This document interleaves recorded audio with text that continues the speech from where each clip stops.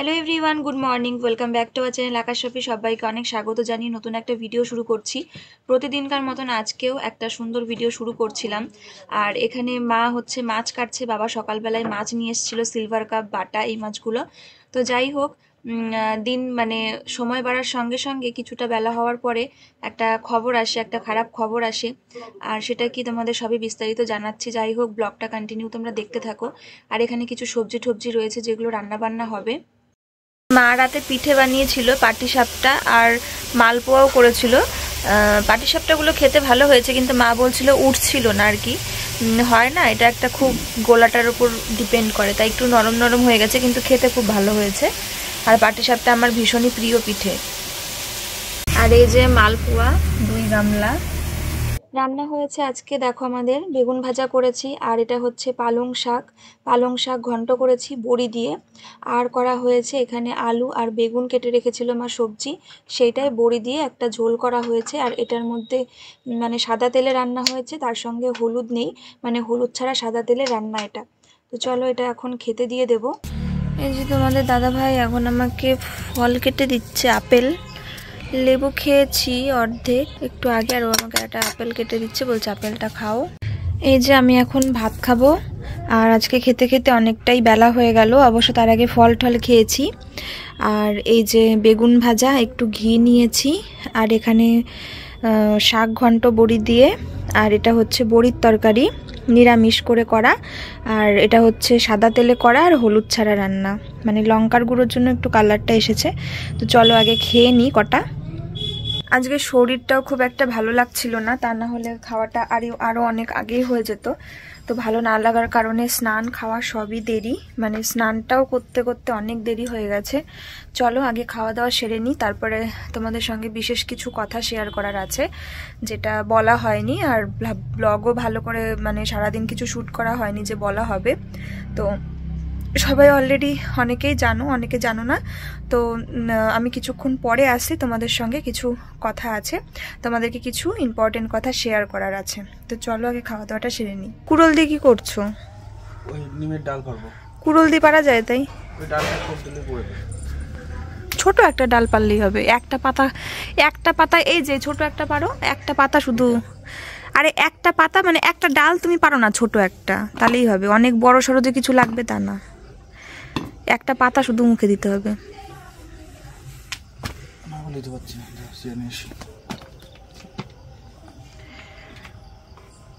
এই তো তোমার মুখের সামনেই তো আছে, হ্যাঁ পারো।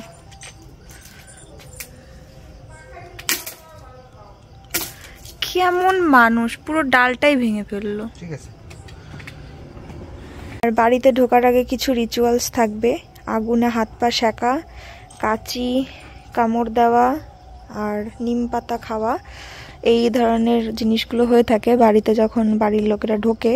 তো সেগুলো রেডি করে রাখা হলো। আর তোমার দাদাভাই বাবাকে ফোন করছে, মানে আমাদের বাড়ি ঢোকার আগে এগুলো করে ঢুকতে হবে, তার আগে ঢুকতে পারবে না। আর আমি গ্যাসে বসিয়েছি গরম জল। আর এদিকে আমি গ্যাসে একটু হাঁড়িতে করে গরম জল বসিয়েছি, যাতে বাবা এসে গরম জলে স্নান করে নিতে পারে। আমি এসব কোনো কিছুর মধ্যে ইনভলভ থাকতে পারবো না, মানে থাকা যায় না আমাদের মধ্যে নিয়মে।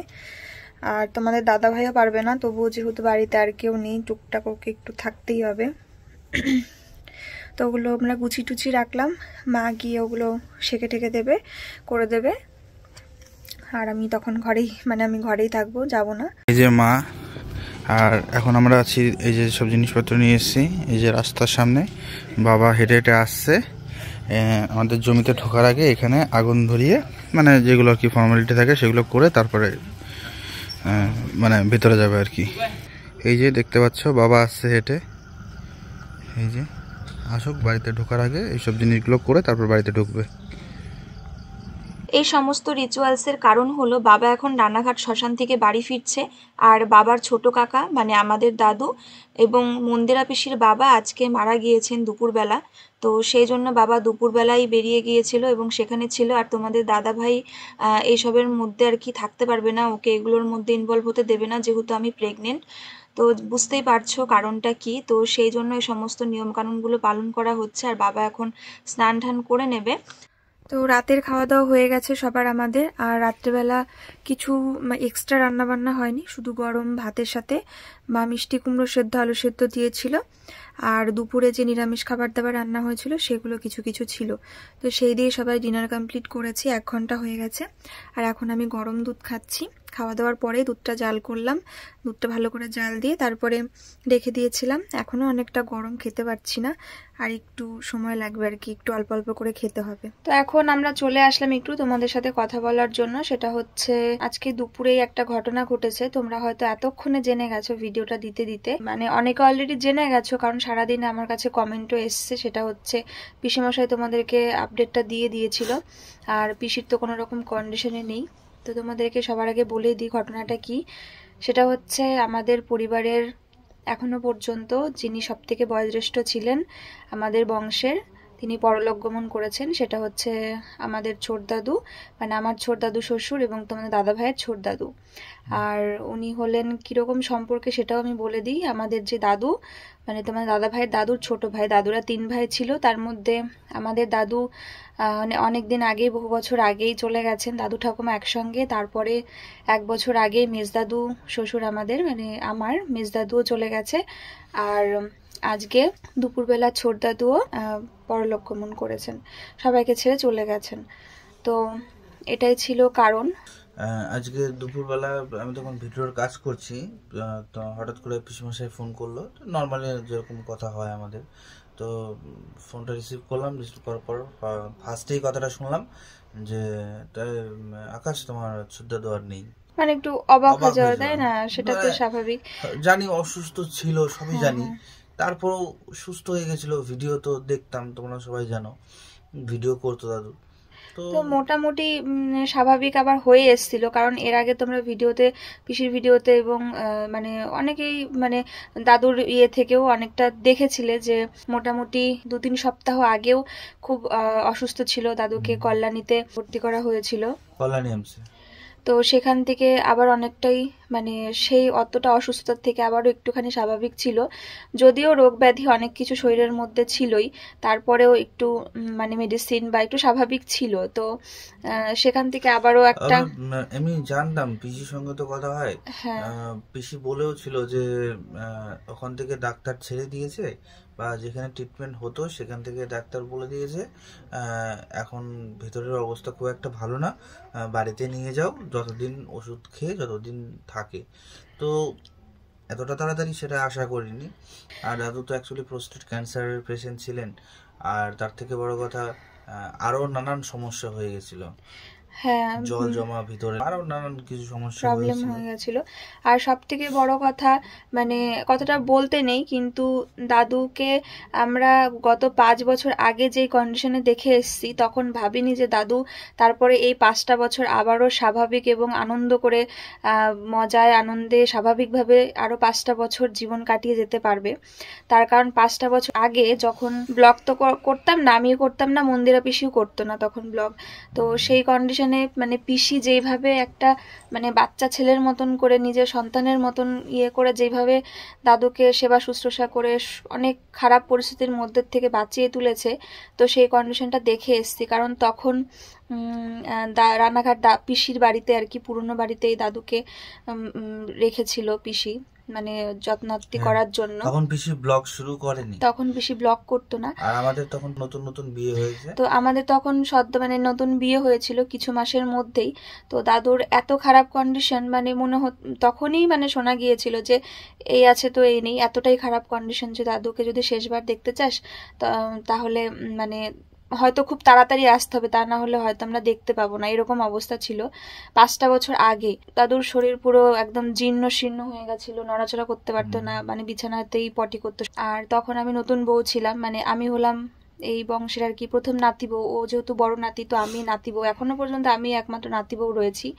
আর তো সেই জন্য তখন লকডাউন ছিল, তোমার দাদাভাই আমাকে বাইকে করে নিয়ে গেছিল যাতে দাদুকে দেখতে পারি, দাদু আমাকে দেখতে পারে, নাতি বউ আমি। আর বাড়ির থেকেও সবাই দেখতে গেছিল, লকডাউন ছিল তো খুব অসুবিধা ছিল যাতায়াতে, তাই না? তারপরে সেখান থেকে দেখে এসছিলাম। তো তখন সত্যি তখনও যা কন্ডিশন দেখে এসছিলাম, তারপরে দাদুকে পিসি শুধুমাত্র সেবা শুশ্রূষা করে, অনেক যুদ্ধ করে এরকম করে বাঁচিয়ে তুলেছে। তারপরের থেকে কিছুদিন পরের থেকে পিসি ব্লগও শুরু করে, সেখানে তো তোমরা দেখেইছো, সেটা কোনো ত্রুটি রাখেনি পিসি। দাদুকে যেভাবে সেবা শুশ্রূষা করেছে একটা মেয়ে হিসেবে, যা যা করেছে দাদুর জন্য, সেখান থেকে মানে দাদুর জোরে পিসির যত্নার্থীতে সবকিছুতে ওরকম কঠিন পরিস্থিতির পরেও আর কি, তারপরেও আস্তে আস্তে সুস্থ হয়ে পরবর্তী আরো 5টা বছর আমাদের মধ্যে থেকে গেছে। সেটা তো বুঝতেই পারছো যে এখন পিসির কিরকম কন্ডিশন। পিসি তো খুবই কান্নাকাটি করছে। বাবা বলে কথা, বাবা মা যখন সন্তানের কাছ থেকে হারিয়ে যায় সেটা তারাই জানে যে কেমন লাগে। পিসেমশাইয়ের সঙ্গে কন্টিনিউ তোমাদের দাদা ভাইয়ের আজকে কথা হয়েছে, কারণ যেহেতু দাদু মানে পিসি হচ্ছে মেয়ে, আর মানে দাদুর মানে বাপের বাড়ি মানে দাদুর বাড়ির পক্ষ থেকে হচ্ছে আমরা, তো আমাদেরও কিছু রিচুয়ালস রয়েছে, থাকবে আমাদের 13 দিন পর্যন্ত মানে কাজ থাকবে। আর পিসির যা নিয়ম আর কি 3 দিন না 4 দিন মেয়েদের যেটা থাকে সেগুলো থাকবে, সেটা তো তোমরা কম বেশি জানোই। এবার পিসিরা হচ্ছে ব্রাহ্মণ পরিবার, পিসিদের রিচুয়ালস অনুযায়ী সেগুলো হবে, আর সেটা আমরা ডিসকাস করে নেব কি দিয়ে কি হবে না হবে, তাই না বলো? আর যা যা নিয়ম যে তো কথা চলছে। আর বাবা গিয়েছিল সকালে, আমি যখন খবর পাই সঙ্গে সঙ্গে বাড়ির আমাদের গোষ্ঠী যারা রয়েছে সবাইকেই আর কি জানানো হয়। পিসেমশাই ফোন করে আমাকে বলার সঙ্গে সঙ্গে আমি সবাইকে জানিয়ে দিই। তো বাবা অফিসে ছিল, ডিউটিতে ছিল, বাবাকে ফোন করলাম, বললাম কখন আসবা, দিয়ে তারপরে বাবা অফিস থেকে আসলো, আসার পরে বাড়িতে স্টক পরোটা খেয়ে সঙ্গে সঙ্গে বেরিয়ে গেছে। যেহেতু মানে বাড়ির লোক সেভাবে তো যেতেই হবে, তোমাদের দাদা ভাইয়ের বাবা যাবে সেটাই সঙ্গে শোনার সঙ্গে সঙ্গে ডিসাইড হয়ে গেছে, ও করেই নিয়েছে। কিন্তু তারপরেও সেটা হবে না, কারণ আমার এখন এরকম অবস্থা তোমরা জানো যে মানে এই সময় আর কি কেউ মারা গেলে আর কি, বা সেটা বংশের লোক হলেও সেখানে উপস্থিত থাকতে নেই বা সেই কাজের মধ্যে ইনভলভ হতে নেই। তাই আশেপাশের থেকে মা কাকিমা জেঠিমাদের জিজ্ঞাসা করেছে, তোমাদের দাদা ভাইকে যেতে না করেছে। পিসেমশাইকেও বলেছি। হ্যাঁ মানে এটা সবাই জানে। আর তোমরা যদি মানে অনেকে না জেনে থেকেও হয়তো কমেন্ট করতে পারো তুমি কেন গেলে না, তাই আমি তোমাদের আরো একবার জানিয়ে দিচ্ছি, যেহেতু আমি এখন প্রেগনেন্ট, তো সেই জন্য তোমাদের দাদা ভাইয়ের আমাকে এগুলো থেকে দূরে রাখা হচ্ছে এবং সিনিয়ররা সবাই বারণ করছে, তাই সেখানে ও যায়নি। কিন্তু বাবা গিয়েছিল যতটা তাড়াতাড়ি যেতে পারে, আর ডাইরেক্ট ও বললো শ্মশানে গেছিল, যেহেতু ওখান থেকে ও নিয়ে এসছে। তারপরে সমস্ত শ্মশানে কাজকর্ম কমপ্লিট হওয়ার পরে সবকিছু হয়ে যাওয়ার পরে বাবা বাড়ি এসছে। বাবার ফিরতে ফিরতে রাত হয়ে গেছে।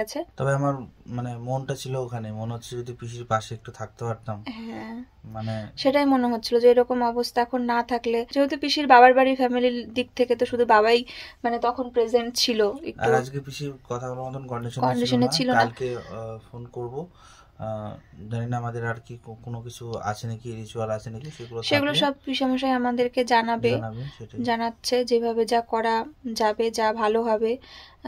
এক একজনের নিয়ম এক কানুন এক এক রকম, এক এক মানে এটাই আর কি। তো যেটা যা যা আমাদের করণীয় যা যা হবে সেগুলো আমরা এখন রিচুয়ালস গুলো পালন করব। তো চলো এটাই তোমাদেরকে জানানোর ছিল। অনেকেই আগের দিন একটা কথা আমি বলতে খুব খারাপ লাগছে, দাদুর একটা চ্যানেল ছিল, সেটা হচ্ছে দাদুর সিম্পল লাইফস্টাইল, যেখানে তোমরা হয়তো আর দাদুর ভিডিও দেখতে পারবে না, দাদু ব্লগ করছে সেটা আর তোমরা হয়তো দেখতে পারবে না।